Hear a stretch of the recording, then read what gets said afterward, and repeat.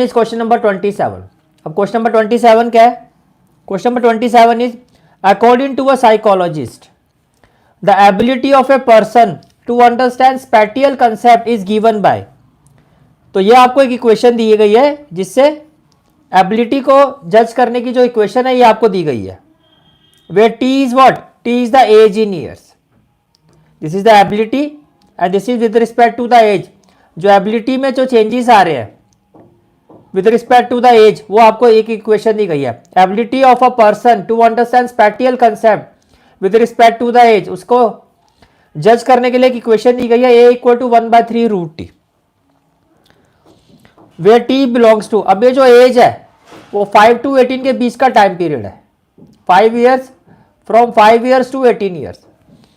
अब आपको कहा जा रहा है show that the rate of increase of the ability to understand the spatial concept decreases with the age in between 5 and 18। Very very very important question. Most of the time इसमें जो student है इस question की language को जज नहीं कर पाते। समझ में आ रहा है? ऐसा मैं क्यों कह रहा हूं मैं आपको भी बताता हूं। देखो, first of all given function क्या है? a is equal to 1/3 root t. This is the given function, right? This is the given function. Show that the rate of increase of ability, तो पहले तो ये फाइंड करो rate of increase of ability, यानी कि differentiating with respect to t. What we will do? Differentiating with respect to t. तो ये हो जाएगा dA/dt। अब यहां पे जो t है ये वाला t है, where t is the age in years। तो 1/3 तो कांस्टेंट है और √3 का डेरिवेटिव क्या होगा? 1/2 √2। तो ये हो जाएगा 1/6 √t। क्लियर हो गया? अब देखो क्वेश्चन में क्या कहा गया? Show that the rate of increase of the ability to understand spatial concept decreases, पहले इंक्रीज फिर decreases with the age in between 5 and 18। इसका मतलब है now we have to show that this rate of increase of ability is a decreasing function.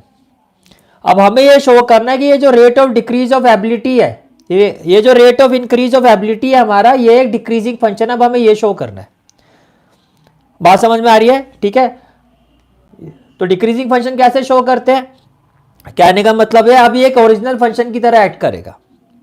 Now it will act as an original function.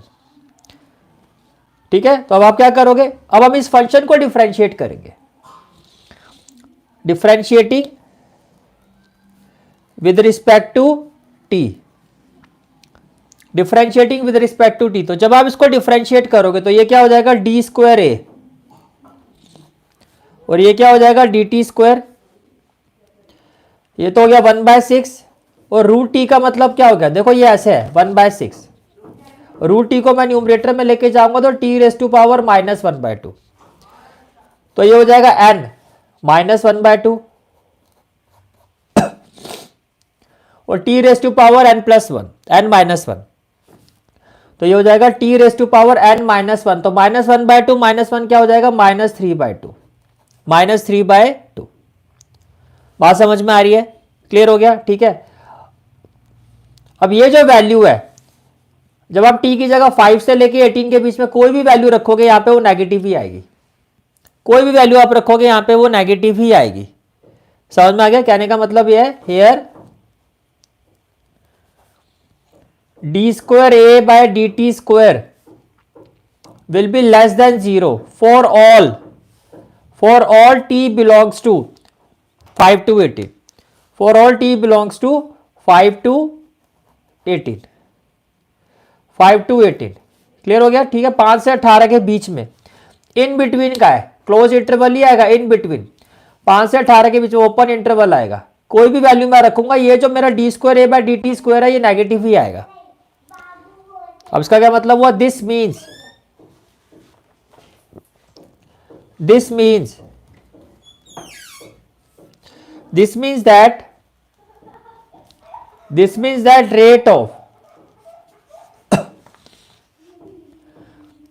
that rate of change of ability this means that rate of change of ability to understand